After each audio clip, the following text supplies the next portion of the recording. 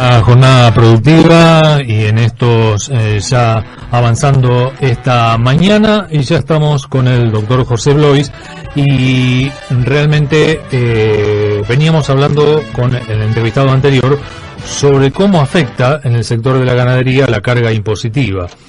Y en este sentido, bueno, lo más importante es saber y a charlar acá con el doctor, un especialista en el tema, por qué seguimos pagando tantos impuestos que a un sector productivo están afectando y muchísimo. Bueno, yo totalmente agradecido de estar acá en una jornada productiva, como siempre, acompañado de amigos, y realmente, sí, el tema es un tema que se ha vuelto muy reiterativo a raíz de, incluso de las próximas elecciones, donde ya la gente un poco más visualiza a los candidatos como, digamos, a ver, ¿qué hablan de los impuestos? ¿Qué propuesta tienen sobre la parte impositiva?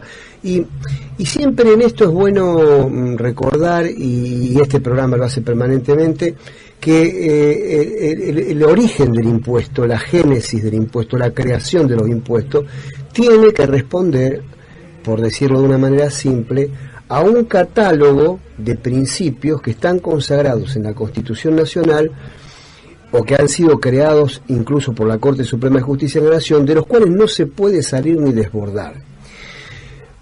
En los hechos desbordes hay, pero digamos, el principio rector es el siguiente. Por ejemplo, cuando existía un monarca que establecía el impuesto, bueno, era una monarquía y la monarquía hacía lo que quería. A partir del advenimiento del Estado de Derecho, los impuestos únicamente pueden ser creados por el Poder Legislativo. Es decir, que el origen del impuesto, vamos viendo el tema en forma lineal, en forma, si se quiere, abstracta y aplicable en todo momento. El origen del impuesto debe ser siempre la ley. Y la ley tiene su origen en la Cámara de Diputados o en la Cámara de Senadores, etcétera, con un tratamiento legislativo específico, donde se hace todo el debate correspondiente a la creación de un nuevo impuesto o a la ampliación de un impuesto ya existente. Esa es la base, que nosotros le llamamos en nuestra jerga principio de legalidad. Pero como principio de legalidad, que es el origen de la ley, hay otros principios que también juegan en ese catálogo, del cual el impuesto no puede ni debe escapar. Por ejemplo, el principio de igualdad. El principio de igualdad, que está consagrado en el artículo 16 de la Constitución Nacional, de que burdamente dice, y permítaseme el término burdamente, todos somos iguales ante la ley. Es hermoso decirlo, nosotros a veces le agregamos algunos más iguales que otros, pero bueno, todos somos iguales como en base ante la ley. Y en la tributación esto se traduce en que no existan privilegios, y aquí es donde nos va a hacer ruido un poco la cosa, de sectores, ni de castas, ni de linajes, etcétera. No debe haber ningún tipo de privilegio. Y sabemos perfectamente en la Argentina que hay grandes corporaciones muy útiles y grandes poderes completos, como el Poder Judicial, que no tributa impuestos. Pero el principio de igualdad es eso, que no haya privilegios. Este principio da para mucho, en el sentido de que muchos encuentran su origen en el filósofo Aristóteles, en el filósofo griego, otros en la Revolución Francesa por aquello de igualdad, libertad y fraternidad, y otros hablan en la tributación específicamente o en la economía, hablan de Adam Smith. Pero bueno, en fin, son distintos autores, distintas posturas, que es a título informativo. Seguimos con el catálogo. El otro principio al cual debe estar sujeto el impuesto es la capacidad contributiva.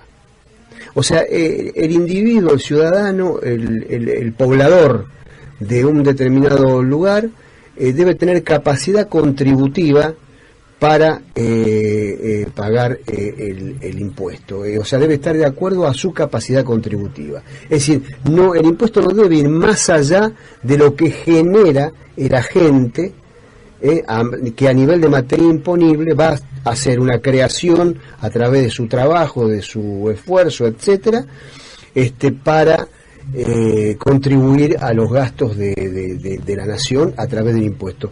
La capacidad contributiva hay muchas acepciones, muchas digamos explicaciones, Pero la capacidad contributiva no es más que eso, para entenderlo lisa y llanamente, es que ningún ciudadano debe pagar un impuesto más allá que invalide su propiedad privada, su derecho al trabajo, ejercer industria lícita, etcétera, porque ahí estaríamos ya entrando en la confiscatoriedad.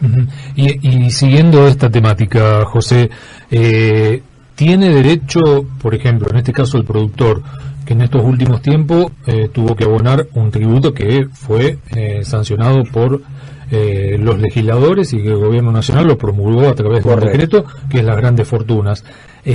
Está establecido por ley que tiene derecho a saber, digamos, que ese dinero que el productor o el contribuyente hace de alguna manera impuesta por esta ley, saber dónde va ese recurso.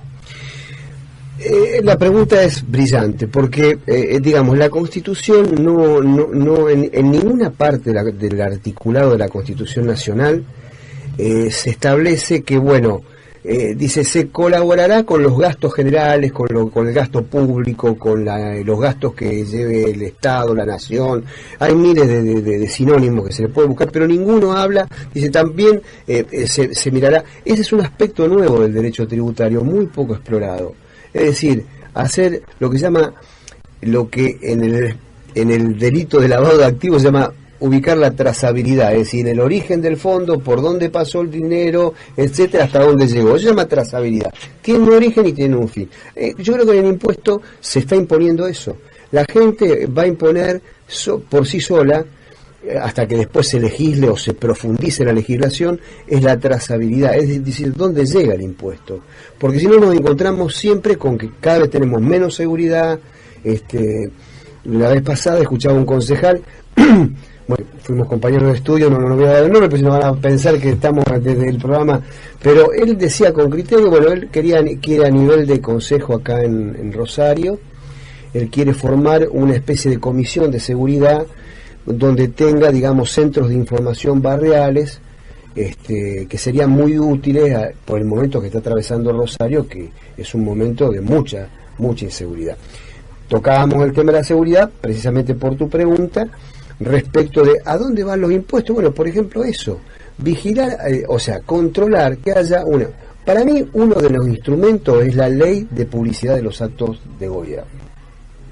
Porque cobrar un impuesto, convengamos, es un acto de gobierno. Para mí, en mi humilde opinión, indiscutiblemente es un acto de gobierno cobrar un impuesto, percibirlo.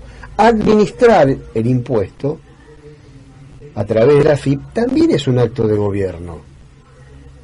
Y destinar el impuesto, gastarlo, imputarlo a algo, al dinero recaudado, también son actos de gobierno que ameritan que por la ley de publicidad de los actos de gobierno podamos decir, bueno, esto se fue para este lado.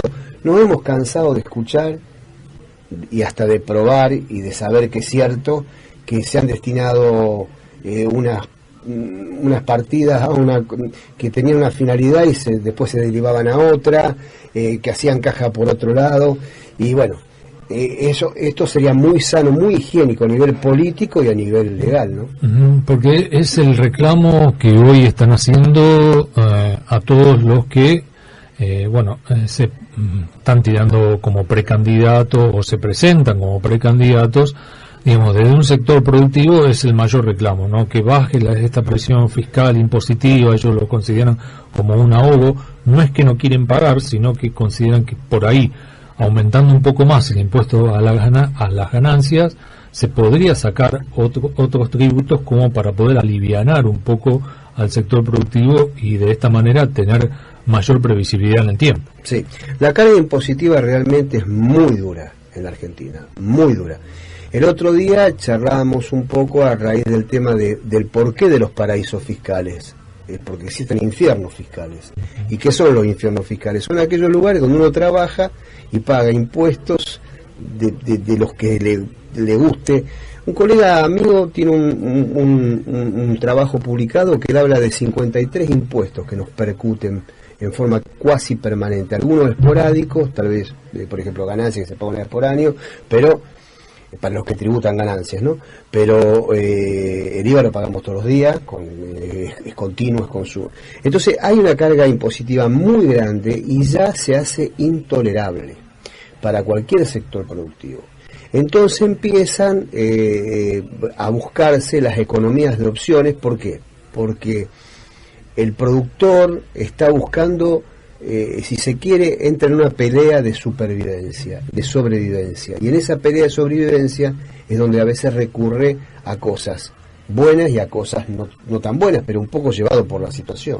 Entonces es muy importante el tema, muy importante. Da mucho para hablar, doctor, así que le agradecemos haber estado en esta edición de Una Jornada Productiva.